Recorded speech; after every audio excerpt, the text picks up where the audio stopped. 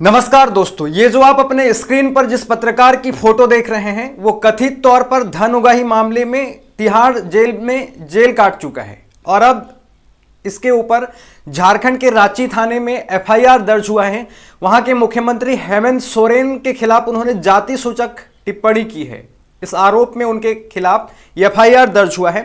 पहले आप उनका ये वीडियो सुन लें जिसमें वो अपने पापा की परी जो कि चित्रा त्रिपाठी के साथ बातचीत कर रहे हैं और जाति सूचक टिप्पणी कर रहे हैं झारखंड के मुख्यमंत्री हेमंत सोरेन के खिलाफ। और जब वो जाति सूचक टिप्पणी कर रहे थे तब वो जो पापा की परी हैं जो उनको सुन रही हैं वो भी उनको नहीं रोकती हैं। इसको आप सुन लीजिए पहले बकायदा। चित्रा, अब आप हमें बताइए कि हेमंत सोरेन बाहर आए या नहीं आए और अब आज की रात उनकी कहां बीतेगी। उन्हें तो बहुत शानदार लाइफस्टाइल की आदत है, वो प्राइवेट प्लेन्स में चलते हैं, बड़ी बड़ी गाड़ियों में चलते हैं। आज उनके लिए एक तरीके से वैसा ही होगा जैसे वो 20, 30, 40 साल पहले वापस अपने किसी आदिवासी के तौर पर किसी जंगल में चले जाएं। आज की रात काफी मुश्किल होने वाली है।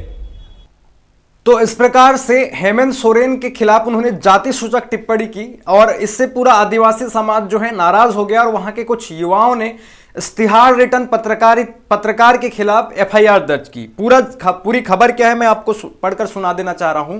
टीवी पत्रकार सुधीर चौधरी के खिलाफ रांची के SC/ST थाने में केस दर्ज कराया गया है। टीवी समाचार चैनल आज तक में ब्लैक एंड व्हाइट नाम के प्राइम टाइम शो के एंकर सुधीर चौधरी पर झारखंड के पूर्व मुख्यमंत्री हेमंत सोरेन के खिलाफ जाति सूचक टिप्पणी करने का आरोप है। बुधवार को रांची के कुछ युवाओं ने SC/ST थाने में केस दर्ज कराकर यह आरोप लगाया कि सुधीर चौधरी के वक्तव्य से न केवल हेमंत सोरेन बल्कि पूरे आदिवासी समाज का अपमान हुआ है। शिकायतकर्ता का दावा है कि सुधीर चौधरी ने अपने शो के दौरान कहा कि हेमंत सोरेन को 40 साल पीछे जाकर जंगल में आदिवासी बनकर रहना होगा। शिकायतकर्ता ने कहा कि इससे यह स्पष्ट होता है कि सुधीर चौधरी जाति विद्वेष से ग्रसित व्यक्ति हैं। आगे खबर देखिए। रांची के SC/ST थाने में दर्ज शिकायत में कहा गया है कि सुधीर चौधरी जातीय विद्वेष से ग्रस्त व्यक्ति हैं जिनकी निगाह में आदिवासी मतलब पिछड़ापन और जंगली होना होता है। उन्होंने कहा कि सुधीर चौधरी द्वारा की गई अभद्र टिप्पणी से पूरा आदिवासी समाज मर्माहत है। कार्यकर्ताओं ने कहा कि आदिवासी समाज जंगली नहीं है। देश की प्रथम महिला राष्ट्रपति द्रौपदी मुर्मू भी आदिवासी समाज से आती हैं। सुधीर चौधरी द्वारा आदिवासी को जंगली बताना जातिवाद और ऊंच नीच की भावना से ग्रस्त प्रेरित होता है। उन्होंने कहा कि सुधीर चौधरी के इस शर्मनाक बयान से पूरा आदिवासी समाज आहत है। शिकायतकर्ता ने मांग की है कि SC/ST एट्रोसिटी प्रिवेंशन एक्ट 1989 के तहत सुधीर चौधरी के खिलाफ कानूनी कार्रवाई की जाए, उनको गिरफ्तार किया जाए। मौके पर आदिवासी सेना के महानगर अध्यक्ष अजीत लकड़ा, अमरनाथ लकड़ा, आकाश तिर्की, पंकज भगत, नितिन तिर्की, मुन्ना तिर्की, आकाश बड़ा, अनूप लकड़ा, निशांत खलको, उत्तम सांगा एवं अन्य युवा उपस्थित रहे। तो इस प्रकार से उनके खिलाफ SC/ST एक्ट के तहत एफआईआर दर्ज हो गई है। लेकिन ये पहली बार नहीं है दोस्तों, मैं आपको बता देना चाह रहा हूं इससे पहले भी ये जो तिहाड़ रिटर्न पत्रकार हैं उनके खिलाफ कोलकाता में भी एफआईआर दर्ज हो चुकी है, उनके खिलाफ केरल में भी एफआईआर दर्ज हो चुकी है, कर्नाटक में भी एफआईआर दर्ज हो चुकी है। आपको पता होगा कर्नाटक में आरक्षण को लेकर के हाल ही में इन्होंने आरक्षण को लेकर के भी आपत्तिजनक टिप्पणी की थी और इसको लेकर के भी उनके खिलाफ एफआईआर दर्ज हुआ था।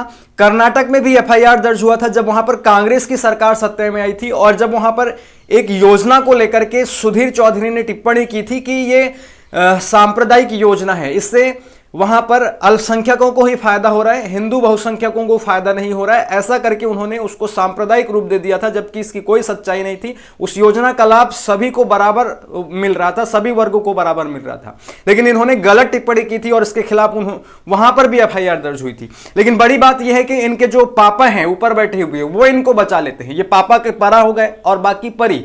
इनकी पत्रकारिता आग उगलने वाली होती है, पापा को डिफेंड करने में लगे हुए रहते हैं, ये निजाम को जो है एक खुश करने के लिए लगे हुए रहते हैं। लेकिन इस प्रकार से जो आज खुश करने की कोशिश की है इससे पापा उल्टा नाराज हो गए होंगे क्योंकि पापा जो हैं उनके वो सभी वर्गों को साथ लेकर के चलने की बात कहते हैं क्योंकि उनको सभी वर्गों का वोट चाहिए, आदिवासी समाज का भी वोट चाहिए। तो इस हरकत से जो है पापा नाराज हो गए होंगे, लेकिन इनको पता नहीं था कि पापा नाराज हो जाएंगे। ये तो पापा को खुश करने ही के लय लय में ऐसे बोल गए होंगे, ये चीज हो रही है।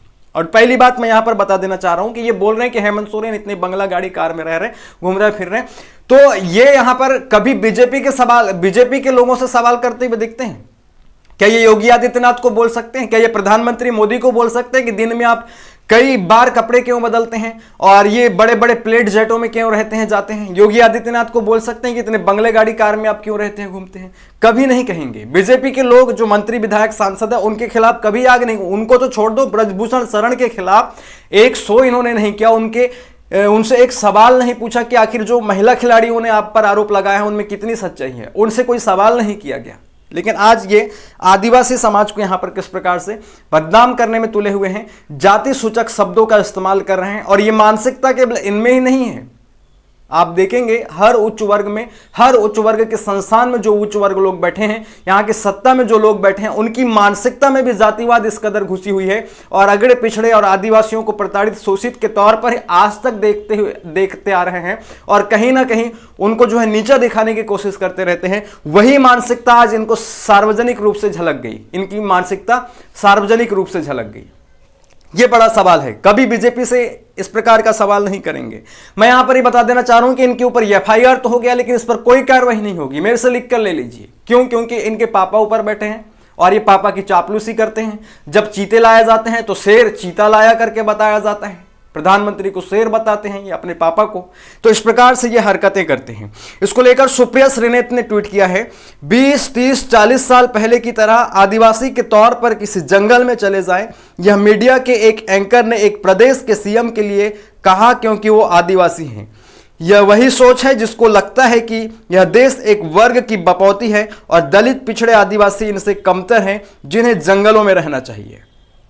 ये इसको लेकर के श्रीनिवास बीवी ने भी ट्वीट किया है, यह व्यक्ति चाहता है कि आदिवासी हमेशा जंगलों में रहें। यह व्यक्ति बाबा साहब के संविधान को चुनौती दे रहा है जिसने देश के आदिवासियों को कई अधिकार दिए और उन्हें मजबूत बनाया। प्रधानमंत्री की भक्ति में चरणों में लेटना ठीक बात है, लेकिन आदिवासी समाज के लिए इतनी नफरत कहां तक ठीक है?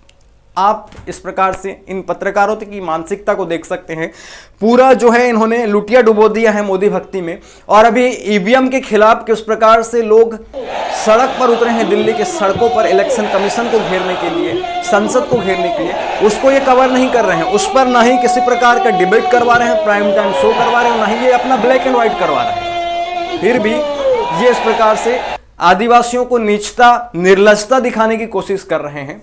बीजेपी से कभी ये सवाल नहीं करेंगे। प्रधानमंत्री से आज तक इन्होंने सवाल नहीं किया होगा एक भी शो में, और कभी प्रधानमंत्री से ये भी नहीं कहा होगा कि आपने 10 साल में प्रेस कॉन्फ्रेंस नहीं किया है पापा जी, आप प्रेस कॉन्फ्रेंस कर लीजिए, हम आपसे कुछ सवाल करेंगे। बिल्कुल नहीं, बोल ही नहीं सकते हैं।